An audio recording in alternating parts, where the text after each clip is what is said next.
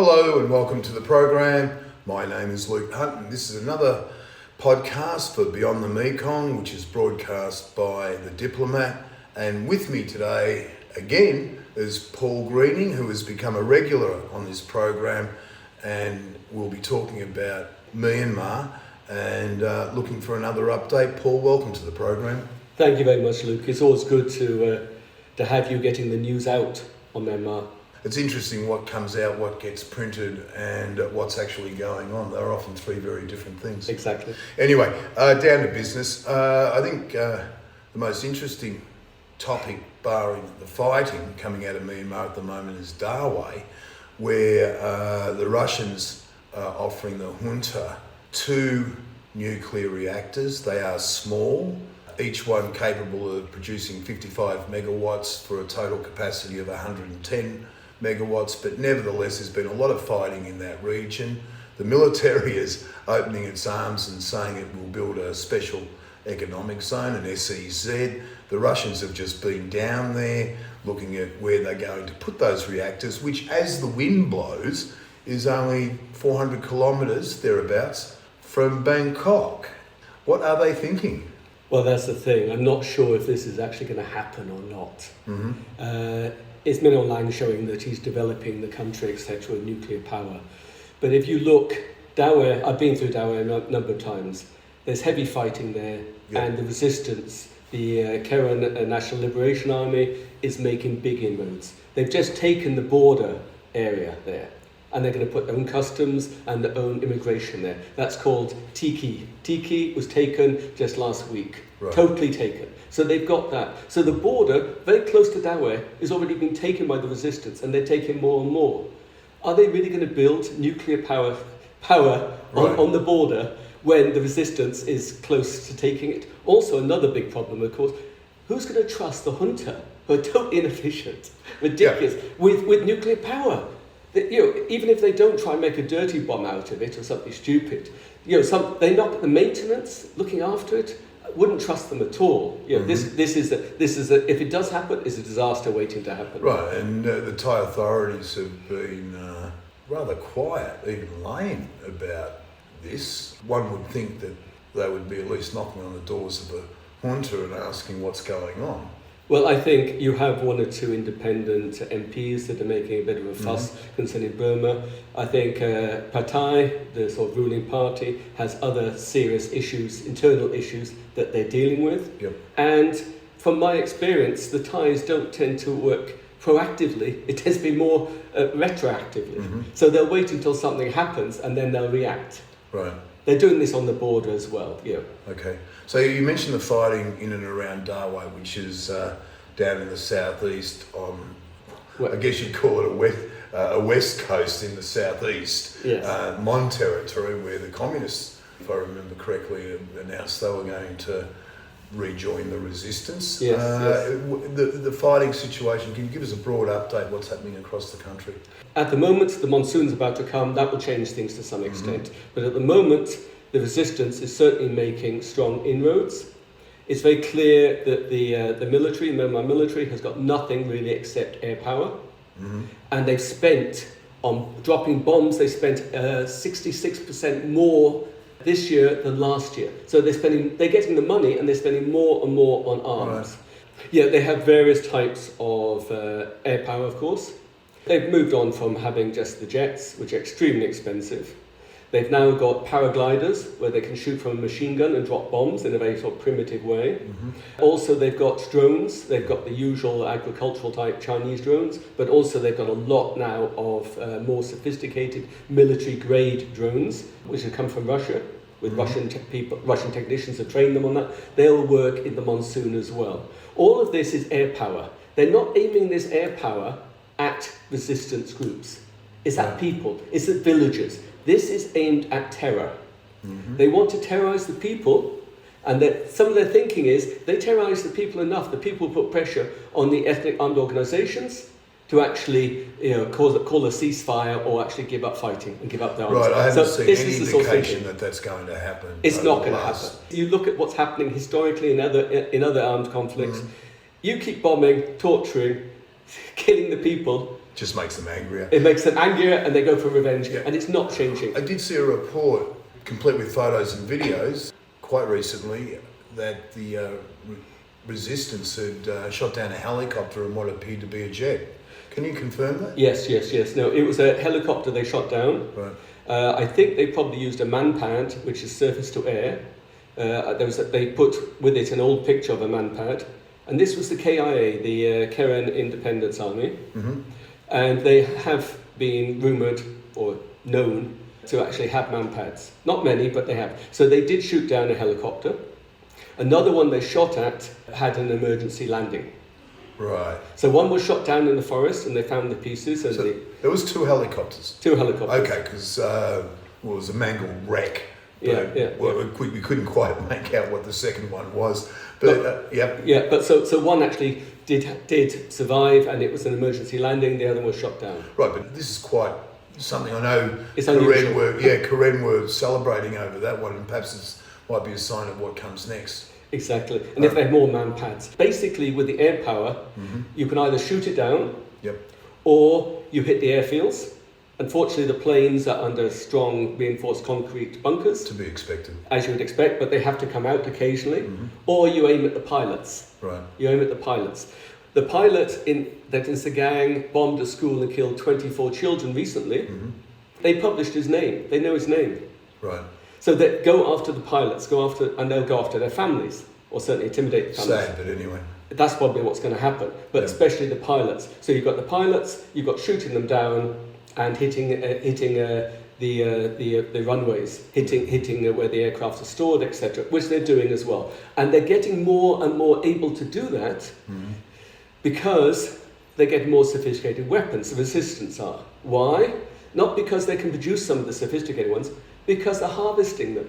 Like you see all the bases on the border, and they've almost all taken now on the border with Thailand. The KNU, Karen National Union, has taken most of the bases. That's given them access to surface-to-air missiles. Not that. More mortars. Okay. But mortar shells of 120 millimeters. Right. Those will go 10 kilometers. Okay. And they're accurate. Rather than the handmade ones that they're making, which they shoot in the general direction. But these are pretty accurate. It's interesting. I was just thinking to quickly digress, but it was the American introduced surface-to-air missiles in Afghanistan, which enabled the Mujahideen to shoot down the Russian helicopters, which completely changed the course of the war and led to the Russian withdrawal. It's perhaps we're nearing the start of the end. Yeah, in America, of course, you had someone called Charles something who was actually pushing this. He's the senator that pushed it. Right. America now is not really interested, so they're not going to No, do it's that. a different story. But okay, the fighting, Rakhine State seems pretty much under the control of the Arakan army, though the Sitwe still hasn't fallen, Well, correct? and for the Chinese, Chopyo is more important because that is the end point for the Belt and Road from Kunming, coming all the way through. Now, There's heavy fighting there, very heavy fighting there now. right, China's playing an interesting role. I thought maybe China would flip and start supporting the resistance because they can see the resistance is going to win. Arakan army is going to win. But they're not. They're putting more money and more arms, generally, in the hands of the Myanmar military. But they're also talking to the Arakan army as well, just in case. They cover the odds. They cover the odds. Now, I think the last time we spoke, the Chinese had just put their first 50 boots on ground to guard their oil and gas assets. Since then, obviously, the Mandalay earthquake, which we'll get there shortly, but have we seen any more troops put on ground by the Chinese? What's their status? I haven't heard of that, but very interestingly, concerning the gas pipelines, this was like off limits. No one wanted to upset the gas pipelines. Just in the last week, they took out 2 military bases. They couldn't stay in the military base because of airstrikes, but they took them out. These military bases were guarding the pipeline, which shows that the junta can't protect Chinese assets. And China will understand that. And all the ethnic armed organizations are saying, and NUG, we will not harm Chinese assets. They're trying to reassure them of that. So with that, and clearly the junta can't protect it. Yeah, it's a delicate balance at least. And that's what China would prefer, military, easy to deal with an authoritarian regime, but its main interest is just economic. And it sees Myanmar as a resource. It will suck out all the rare earth, it'll suck out everything. It will take everything from Myanmar. Okay. That's the idea. All right, okay. Now, Mandalay, the earthquake, 5,000 dead, it was obviously devastating, horrific, great tragedy. Before the earthquake, the ethnic armed organisations, the EAOs had surrounded Mandalay and laid siege to the place. They didn't want to mount a full-scale invasion of the old capital because they were fearful of what the junta might do and how it would react and the fallout on ordinary people. What is the situation now in Mandalay, given the earthquake, and where does it sit militarily? Well, Mandalay, generally the earthquake, a lot of the international aid was funneled towards Naypyidaw. Mm-hmm. They want to rebuild Naypyidaw. There was a rumour that they would actually move the capital to Yangon because of the devastation in Naypyidaw, but they seem to be rebuilding it. So their focus is there. A lot of the aid has been prevented to get to Mandalay. Some has got there, but a lot has been prevented. Right. But you've got people working on the ground. So the People's Defence Forces. These people are there to defend the communities, but also they're supporting the communities. Okay. So they are working, doing aid work. They're supporting, getting food, reconstruction, everything there. That is the big thing in Mandalay and Sagaing. Is that undermining the military's position in that region? What I'm getting at, could the EAO surreptitiously take Mandalay, Sagaing area simply because the military is not there and doing what it should be doing if it claims to be running Myanmar? Well, a lot of Sagaing they don't control anyway. Right. As for Mandalay, I think it's certainly not until well after the monsoon will they try and take Mandalay. That is a big, big prize. Okay, but and they'll take other towns beforehand. Right, but you're saying take Mandalay after the monsoon, which really suggests that Mandalay is probably gone at the moment. And as we both know, the military doesn't have a strong record on retaking anywhere in Myanmar since they mounted the offensive in November 2023. How about last year with the Chinese support? They've Okay. taken it. But interestingly, with last year, they can't administer it. Right. They can't do anything there. Crime is going through the roof. They can't control it. So they haven't got the means to actually minister anything they actually do take back, if they do take it back, even with outside support. Well, that goes back to the old laws of war. Okay, you've invaded it. Now you've got it. What are you going to do with it? Which is a problem every nation has faced, like the Americans in more recent and decades. the EAOs are doing that. Okay. So they're putting education, healthcare in. Yep. Even when they're still getting airstrikes, they're doing this immediately. Even universities in Karenni State, they're putting everything in very, very fast. Right. They have got the ability, they have got the capacity to do that. The junta hasn't got that capacity. Okay. Are they deploying the kind of the political agenda that the National Unity Government in exile keeps pushing? They want the EAOs to push their political agenda onto the people, but as we both know, they don't all get along, and it's not really a priority for those who have been fighting in the streets or in the jungles to implement the NUG's agenda. Well, often you look at the KNU and KNPP, the Karenni. They've got their own governments. They've been working 60 years. They've got the healthcare system. They've got the education system. Right. They don't need the NUG for that. And they will want to stay semi-autonomous. Right. Semi-autonomous. Cooperating, but semi-autonomous. They're not going to just blindly follow the NUG. That's certainly not. There's a lot of criticism at the moment with the NUG. Like NUG was going to have a big reform. Yep. They talked about. You mentioned to any NUG person or any resistance person about NUG reform, they laugh. Okay. It's not going to happen. You know, they've got racists they need to get out. They've got inefficient people they need to get out. They need to make it more representative. It's not going to happen. Well, it's not going to happen now, and it's a bit of a tall order given the war's still ongoing, perhaps afterwards, but... Well, afterwards, what position is NUG going to be in? Because the EROs are the ones actually going to be actually winning the war. They're going to be the strong ones. They're going to have a big say in that. And one thing they don't want is NUG, as in the Obama style, controlling the dry zone, controlling the middle, Naypyidaw, Mandalay, Yangon, etc. Sagaing, Magway, Northern Bagu. They don't want them controlling that. That's important. That takes in a lot of Barma State Yeah. the traditional heartland of the That- military. Exactly. Now that, Yeah. they're moving more into that area. So I think the planning, speculation, is to have a Bama state with a Bama ERO controlling it. Right, and that would... Fit in with the other EROs. Yeah, sure. EAOs. We've spoken about this before, where the EROs, the different acronyms here, but Yeah. it's the same thing, that they were looking at putting together a joint force from the different EAOs and using that to attack and move into Barma State. Is that what you're talking about, or is that proving unrealistic? No, it isn't. It isn't unrealistic. You look at the Arakan army; it's moving Right. more into that area. They're very close to the in Bagu State. There's 11 military arms factories Yep. just the other side of the Irrawaddy River. They're moving very close to that, and those factories are desperately producing weapons because they're running out. Interestingly, they're producing the weapons that people have found now, Yep. or the ammunition is from 2025. That means Interesting. their stocks are going down. So if they can start taking those arms factories, they're going to be in serious trouble. But would the Arakan army cross the Irrawaddy River? I always get the impression that they kind of restrict themselves to west of that area, but it's 52 card pickup now. That all the cards are in the air. No, I think they are moving. They are moving more out of Arakan Right. into the dry zone, into Irrawaddy. They're moving more and more, and they're winning. And they will go. They are going obviously towards the arms factories, and they will take those arms factories sooner or later, I'm sure. Then you've got the KIA, which is moving in the other direction.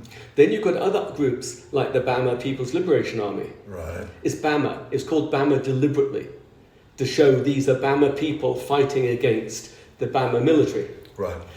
They, I think, are going to be moving into the centre as well. So you have various moving into the centre, which is very important because in the centre you have the People's Defence Forces who are doing great work, but these are kids with very limited training. When I say kids, I met a friend of mine, he joined when he was 16 years old. He lied about his age. Yeah, I have to say, just for the audiences, for a better idea, we are in May's site, and I've been up here quite a few times over the last 2 years, and it always amazes me how many, I call them kids because I'm getting old, but 25-year-olds who I've met who have got a university degree and they were looking forward to a career in medicine, sciences, humanities, and now they've got 3-4 years combat experience and they've been kind of retired off. They've seen and done too much, and what you're saying is that the troops are getting younger and younger. Well, this is an exception. He lied about his age.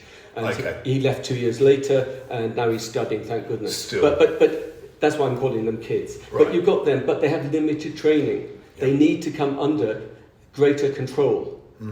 The NUG is not able to control its People's Defence Forces very well. I'm under the impression that the PDFs, the People's Defence Force, was established by the NUG as their military contribution. But what I've gathered over the last couple of years is that the PDFs, they get into the jungles, they get into the fighting, they're often aligned with one of the EAOs, and their sympathies lie with the EAOs, not with the NUG. There's a very positive thing in this as well, Yeah. because the EROs didn't really have that much contact with the Bama before. The Bama were like the enemy. Yeah. Karen hated the Bama, the people generally. There was a lot of discrimination against each other. Now they've been fighting with them. Yeah. And they're not going to allow different armed groups fighting in their area without their control. You look at the Karen National Liberation Army. Yeah. It all says KNLA plus alliance. Right. This means the PDS fighting with them. Because they're not going to let them fight all over the place. It's going to cause chaos. Yeah. So they have them together. They're beginning to coordinate as a gang in Magwe, but not enough. And they need greater direction, greater line of control, hierarchy, as in a military. That is obviously something the arrows are talking about, and hopefully that will happen. When, I don't know, maybe after the monsoon. Okay. And then on top of the fighting, on top of the earthquake, we still have this issue with the human traffickers and the scam compounds. There was a crackdown initiated by the Thais with Chinese backing in February. It all seemed to be going really well, and they rescued 10,000 people, thereabouts.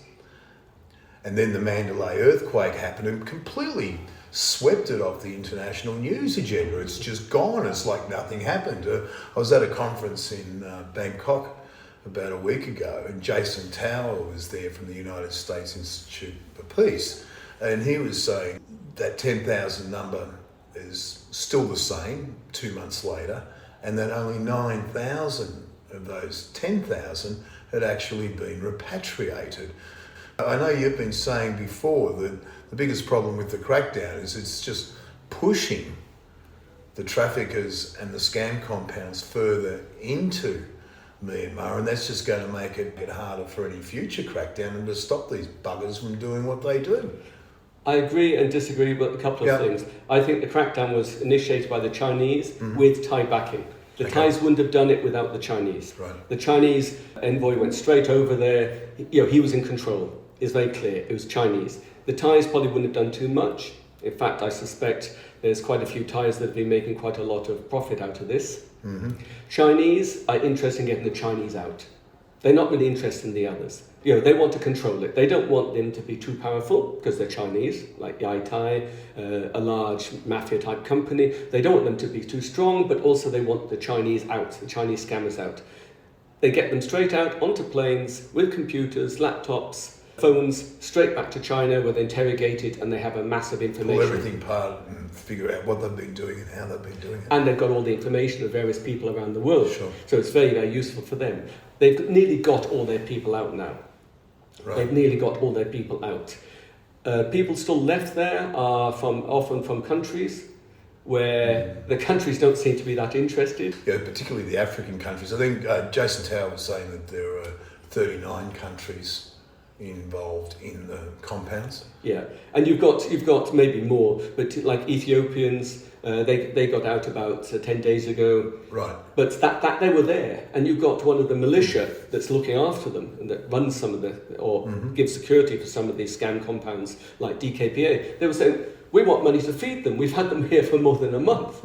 We're trying to feed them, and the countries aren't taking them out. Now, China, I think business is almost finished as far as China is concerned. They got it under control. They've got the Chinese out, and also they've got a joint operations office in Lesot for anti-trafficking. Like some skeptics will say that office with the Chinese right on the border in Myanmar is more than to stop It's a anti-trafficking. hell of a listening post. Exactly. That is the speculation. Yeah. So, and they've been wanting this for a while. So the Chinese have finished. So they finished. The scam compounds, they haven't changed. You go and look at Swakoko, etc. Yeah. KK Park. You look at them, they haven't changed. They actually got more construction. They're building more there. So on the border they're building. They're also in Yangon. They're all over the place. They're also in Cambodia. There's an upsurge again. Yeah. So they are moving, but they're not moving from the border either. They're not leaving those assets. They're still there. They're still working. They won't target so many Chinese now because of the problem, although they have got Chinese speakers from Myanmar, from near the border, the Kokang. They will probably target more Africans, South Americans, etc. Probably not so many Thais either, because that could be a bit of a backlash against them again. But they're going to broaden their geographic scope. Westerners? Westerners? Oh, they've been targeting Westerners. I realise that, but... And China doesn't care if they're targeting Americans, of course. They'd be quite happy with that. Yeah, that'd be an interesting one. But I do get the impression that a lot of this, the crackdown, even if you take it way back to when it first started in Cambodia, there's a bit of an issue over who actually broke this story first. But to my mind, it was when Asian governments started writing to the Cambodian government saying, what's going on here? Because it was their nationals that were being duped and trafficked, and then their nationals were targeting their own people for scams because they speak the same language. And often with these scammers, I mean, I've had them myself on my own phones, and that their English is just shoddy and they don't know how to do it really. And that's why I'm wondering what their target audience will be. And I think a lot of it goes back to what country these people who are working in these compounds, where they come from. I agree. With Cambodia, of course, it was the Chinese police. Yes, it was. One of the big people closing it down. But now remember, they've got AI. They've got top people there. You've got Westerners there. People have seen Westerners. Yeah, I've heard about Americans working for the compounds in. They're producing clever apps. Right. So with AI, clever apps and things like that, you don't have to say anything. It can actually be computerized, and then you put a pretty face at the end. Wow, I mean, if you're going to fall for that these days, you almost deserve to. Touch wood. It's, I'm not bailing you out. Well, I mean, it goes back to, the early days of the internet and email, when we were all receiving emails from, hi, I'm a Nigerian and I'm coming to 20, I inherited $22 million and I don't know what to do with it. Can I borrow your bank account for a while? Exactly. But no, people are still being fooled. Often they aim at the elderly, and it's called pig butchering. They bring them in slowly, and they get some profit, and then they get them into into cryptocurrency, and they bring them in until the time is bang, and the money's gone. Yeah. So it's a slow. It can take months to bring them in, and they're bringing in. They brought in an American CEO. Right. He lost about $50 million. Oh my God, that's a haul. But of course, the scammer gets a percentage of that. So scammers can make very good money. Another quick question we'll get back to the NUG and the politics shortly, but I do wonder how much of this money is actually going into government coffers, which is alleged. So there was a report by Jacob Sim, who's pretty well known, that was released last week, and it's all about the ruling elites in Cambodia, and they are apparently making squillions out of the scam compounds. I kind of have my doubts about these reports, because my understanding is that it's digital money, and this digital money is being shipped offshore. Massive amounts. There's not even any cash. Now, yes, I'm sure the politicians are raking an income out of this, but I sort of doubt the amount of money they're actually getting. One of the reasons why is because the economies across the region are in dreadful shape, and one of the reasons why is there's a lack of money. And if they were raking in the amount of money that some of these reports seem to be suggesting, it wouldn't be that bad. There's no money going through the general economy. But it's not. And I doubt how much money these politicians are getting as well. We don't know, but for the scam compounds to actually run on the border, for people to be trafficked or even voluntarily come in, and most are volunteers are coming in and then going across the border, going through all the checkpoints, all the rest of it. Someone high up was taking a big backhander to let that happen. I'm sure they are, but I just wonder how much, because I doubt very much whether or not it's, I'm sure it's a significant figure, but I think the sheer amount of money that's going through these compounds, billions of dollars, extraordinary. No, of course it is. Of course it isn't. It's all been put all over the place in secure places, in cryptocurrency. It also goes back to the argument whether or not these governments have control over their state, or whether or not they're becoming a captured state to the criminal syndicates. I don't know if they become a captured state insofar, but I think it's more that top people in power can be bought off. They can be bought off, and I think they've been bought off. That's why just after the first scam compound, which was Choket, that compound, which was a nasty one, a lot of people got brutalised there. There was a plane, a friend of mine was on the plane, full of Chinese, flying out of Mesot. And they told me these people didn't have scars, didn't have bruises, they had plastic surgery, they were crude, they were swearing, they were laying across the seats, and they were getting out. Why did they get out? No, and the Chinese weren't taking them back to China. This was to get them out because they knew too much. Right. And you've got this as well. So nothing's going to happen. Also, interesting, BGF some months ago... As in the Border Guard Force, which is a militia with an odd relation to the junta in Myanmar, and its main job is to guard the borders. Yes, yeah. It's a bit of a mafia organisation, to be honest. Still giving money to the junta, but months ago they promised that they wouldn't be taking any more trafficking victims, and only probably a couple of weeks ago, the other militia there's the BGF, Border Guard Force, and the DKPA, the other militia, they said they will not be taking any trafficked people. Right. So they're only going to take people who voluntarily come, and there's enough of them anyway. Okay. So then that means they've said we're not trafficking anyone. So they've taken that out of the equation. Right, that makes it all okay. Yeah. For some it does. Well, yeah, I've heard this argument about the people who run these scam compounds, how their idea is that we're not trafficking anymore, therefore what we're doing is okay. And it's like, hang on, you can't legitimise a business based on ripping off the pension funds of old people. What are you talking about? But anyway. I know. Okay, so all of this, we were talking earlier about the NUG, and the politics of the NUG is, it's getting complex.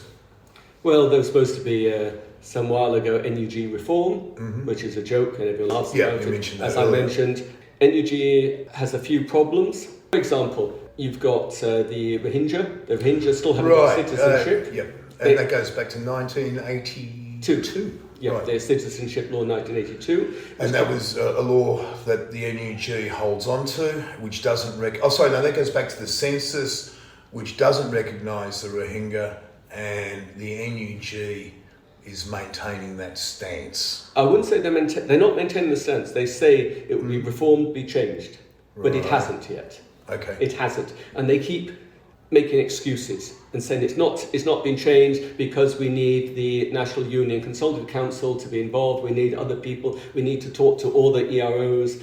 We need to talk to them all before we make that sort of decision, and it's complicated because the 1982 law is we need to change 50% of it, so let's wait until we've got a constitution and etc. So they're basically prevaricating, and in my opinion that's not the job of a government. The job of the government is to make some hard decisions based on principles and morality. And obviously the Rohingya, and it's not just Rohingya, it's Nepali, Rohingya, Indian and Chinese, they should have their citizenship reinstated.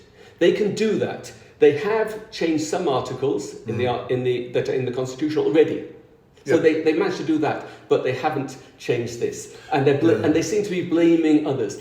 And because a lot of Myanmar, because of indoctrination for a long time, and lack of education, let's be honest, are perhaps racist or anti-Rohingya, and I've seen this myself even here. Because of this, they're pandering to the mass, and that's not their job. Their job is to take a moral stance. What you're saying and how you're describing the NUG is reminiscent of their leader who is in prison, Aung San Suu Kyi, and how she just seemed to whitewash the alleged genocide of the Rohingya back in 2017. It was these constant excuses about why they can't be recognised. They're not Myanmar citizens. They're not welcome. It's just, it kind of smacks. And she said things were exaggerated. She said there's false rape and things like that. And she defended the military in an international court. Exactly. I think well before that she put all her cards with the military. Sure. She should have put them with the ethnic resistance, organisations or the ethnic organisations and the civil society. She should have put it there. Those are the people, her natural allies. She thought her allies and she could work with the military. Right. So she'd already put her cards, or her eggs in that basket rather. So then the NUG is following, it's impossible to follow that line. Obviously we're in civil war now, but in terms of that kind of, it's not a policy, but that political line that she maintained, her political compadres in the NUG continuing to follow. Well, I think talking to some NUG, they defend her. They defend her greatly on this. Some would like to see it changed, but it's not changing. I think it's a mixture between cowardice and racism in the NUG.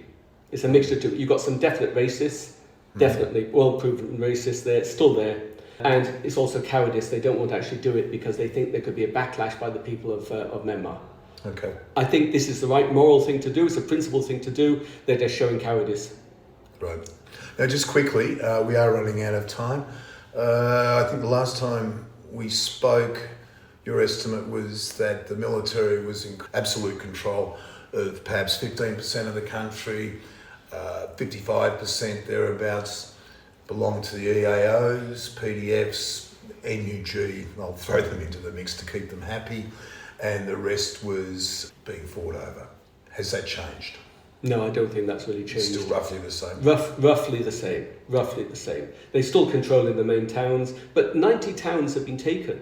We forget that. It's not just rural. 90 towns plus 2 military regional command centres have been taken by the resistance. So what we're looking and they're at... taking more and more and more. Okay, so what we're looking at isn't necessarily territorial gains anymore. What we're looking at is fighting over the bigger towns, the smaller cities, and arms bases, and where the goodies are, where that kind of and more targeted. Yeah, they're mopping. Well, at the moment, Bamu is a big, Right. significant place that they're fighting over. The resistance is doing quite well, but a hell of a lot of airstrikes there. You look at the border with Thailand, the Karenni and the Karen. They're mopping up everything. They're controlling nearly all the border. They're talking about having customs and immigration because they're controlling the border. There's only 1 or 2 military outposts to take, and they will take them soon. Every day they're fighting and taking them. Right. So they'll control all of that. They are getting more territory. They're not taking the bigger cities. We're not talking about territory like we were a year ago, where they're taking 10% of the country, 20%, or another 5%. Those days are over. What we're looking at is the key strategic cities, towns, and military bases. That's what it's about now. Yes. Okay. All right. On that note, Paul Greening, always great to talk to you. Thanks very much. And always not enough time. But nice talking to you. No, I understand what you're saying. You've always got damn sight more to say than the time I have been allotted. And can I apologise for that, Luke? No need. Thoroughly enjoyed. Thanks, mate. Okay, cheers.